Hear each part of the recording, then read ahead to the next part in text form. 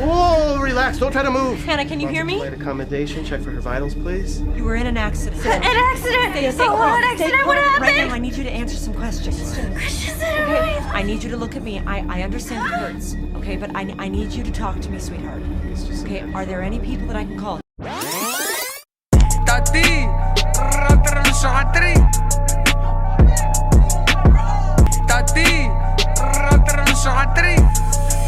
Allow me to narrate. Welcome back to Allow Me to Narrate. I am your host, Tatiana, aka Tati with a Y, and today we have Raven Bowens. Get it, girl. Southeast San Diego in the house. Hey. I'm done. Oh my God, I love it. How are you? I'm good. Okay, so let everyone know your credentials. Let's see. So I did Mr. Student Body President. Where I played Savannah, cheerleader, PR girl. And then I did I don't even know. Let's see. I did a Hulu show called Future Man that was directed by Seth Rogen. I got to work with him. I was in the New Edition story, and I was in the Simone Biles story.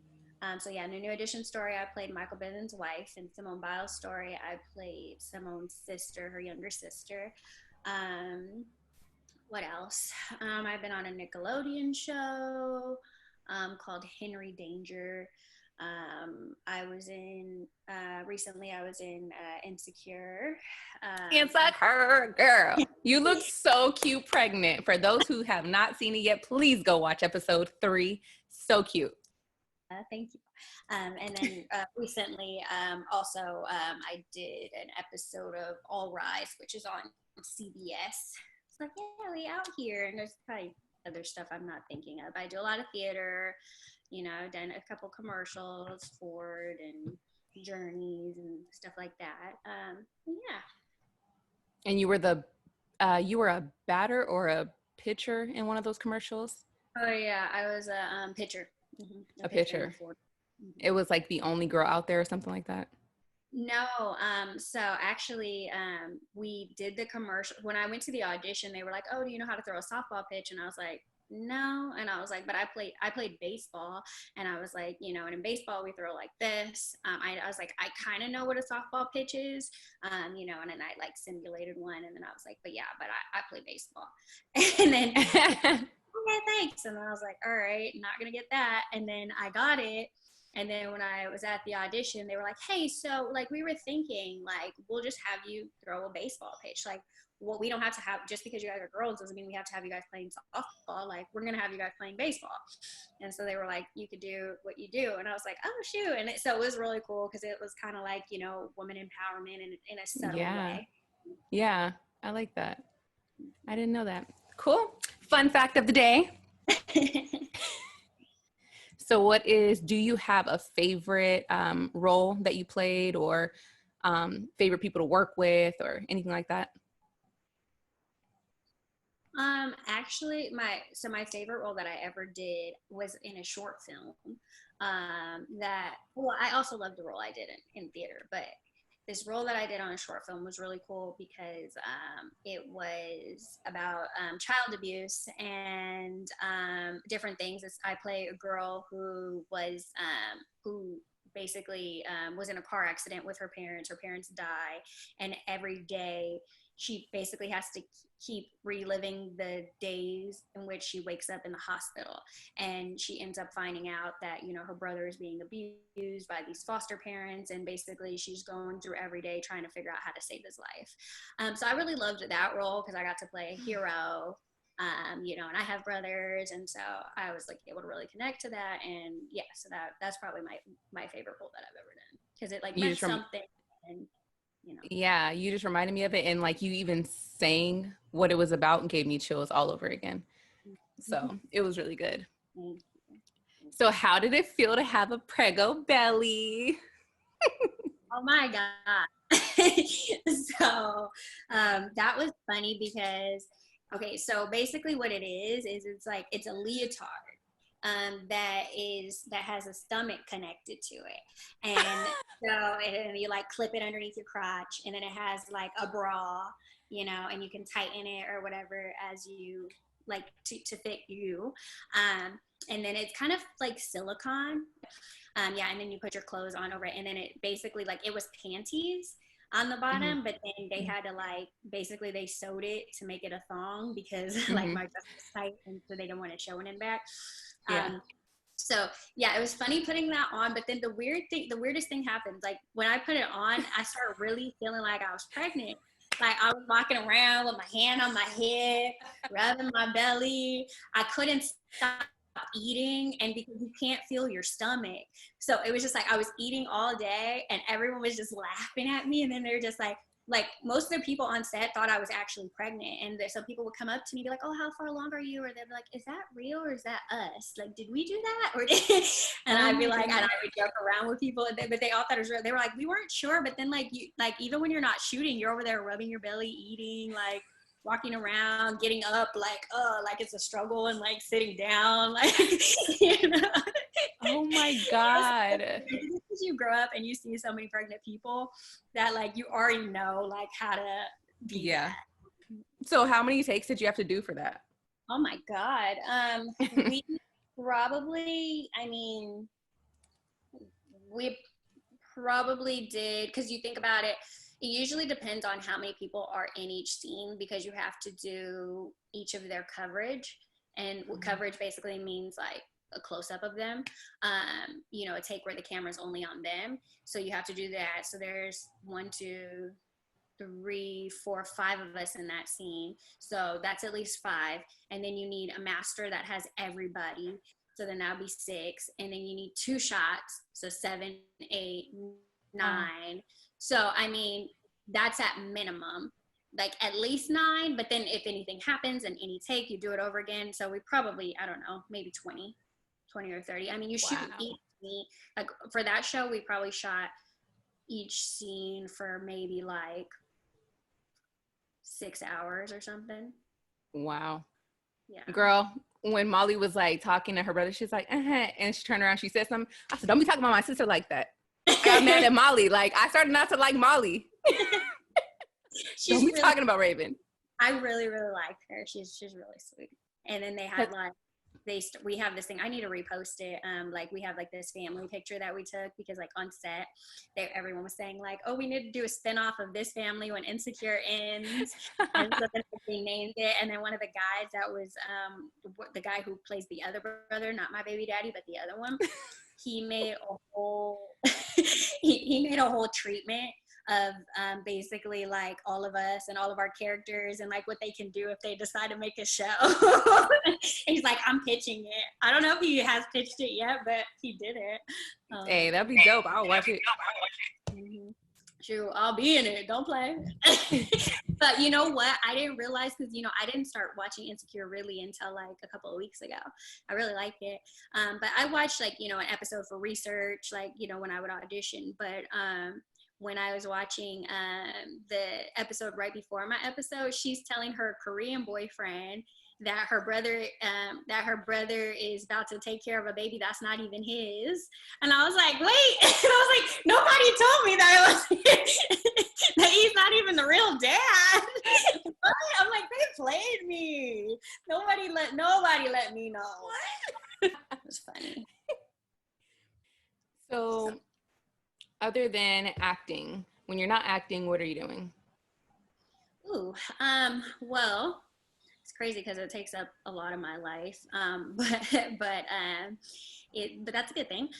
But I watch a lot of old movies because I love them. So I watch a lot of like classic films. What else do I do? I eat a lot all the time. I love trying new places and restaurants, and like that makes me really happy. What else do I do? I don't know. I'm kind of boring. I just watch old. I'm an old fart. I watch old movies and I eat food. Have you found a taco shop in LA that's better than San Diego? Oh, bye. No, and I can't even bother with LA people because they don't even understand. I have like a few friends from LA that I've like brought to San Diego and like got them taco shop, and they're like, I'm like, what? And they're like, well, maybe it's like your mom's cooking, like when you think. I'm like, no, it's different. LA is more like they have taco trucks, and those are good, like where you get the little tacos, but they don't even have real guacamole. It's avocado sauce, No. They had an Alberto's out here, which is like the chain from what we have in San Diego, but even something was still different, but it was okay. Like, it was okay. Also, there's this other one, God, I can't remember what it's called, but it's in Burbank, that Marlene put me on, and they have carne asada fries and California burritos, because they don't even know what rolled tacos are out here. Like, they don't know what rolled tacos are. Yeah, they don't really have carne asada fries. They don't know what California burritos are. And some people have them, like they just call random things California burrito, and it's not even a California burrito. But yeah, there's this one place in Burbank that is decent. So whenever I'm out there, I'll like go stop at that one. But yeah, still not San Diego. Okay, so let's play a little game. I'm getting your head a little bit. So if you were on a deserted island, who would you have on the island with you? Okay, you can pick 3 people, but they can't be family. Oh, okay. Oh, shit. Are they people I know or don't know? Yeah, anybody you want on the island with you. Okay, but just not family. Not family. Oh, shoot. Oh my God, this is too hard. Okay. So I'll limit it. So it can be a spiritual advisor. Oh, okay. Someone just to hang out with, and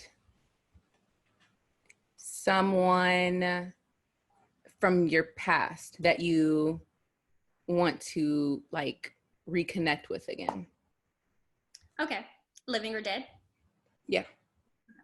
So, spiritual advisor, I'm going to go, and this is a strange one, but I'm going to go Oprah.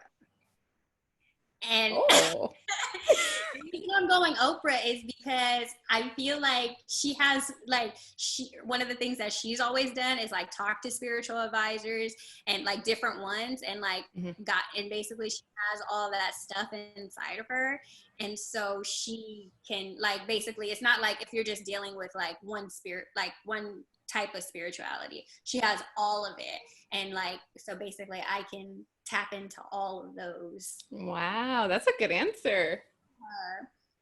Because then you get all the research that she's done over the years, whatever.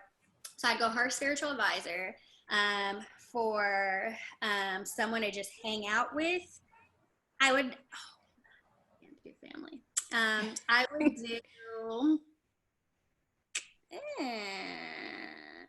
do Chelsea, my best friend Chelsea, because she's just wild and crazy. The life of the party. Yeah, she'd be out here doing crazy stuff. So yeah, I'd go Chelsea. And then for what's the other one? Oh, someone from your past. I'd go Todd. Nice.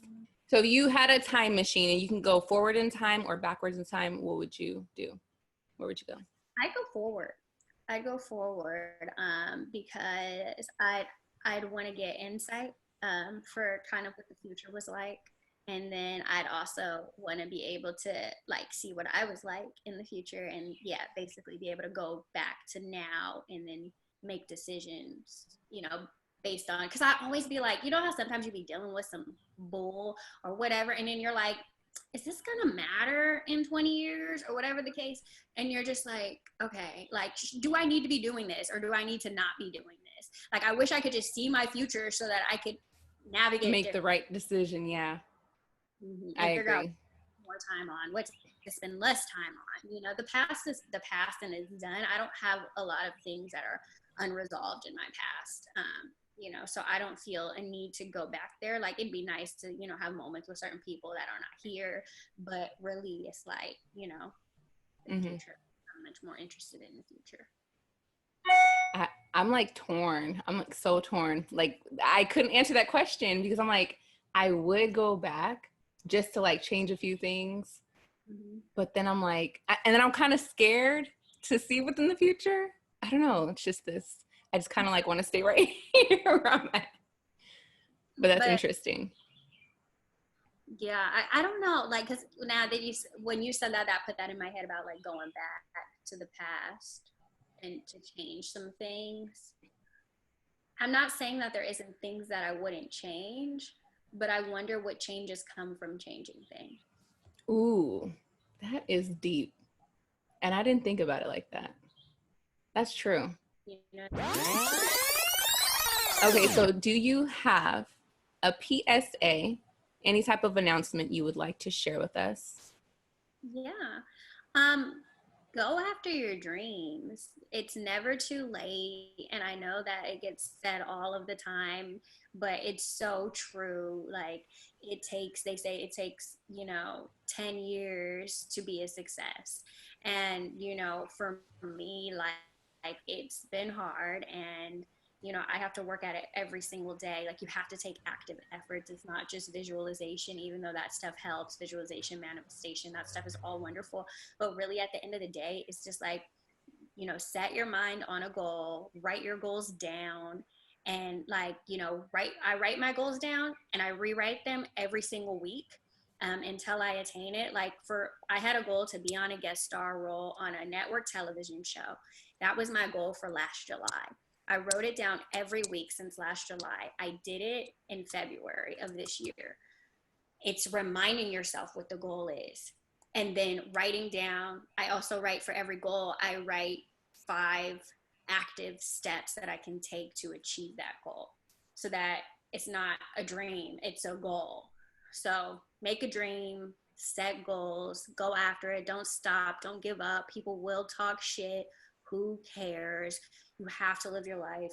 You only get one. And, I think the only way that you wake up with no regrets is doing what you wanted to do, no matter what sacrifices you have to take. I like that. I think that's the best PSA I've heard ever. That was just like, yes. All right. Well, thank you so much, everyone, for listening. And you guys have a great day.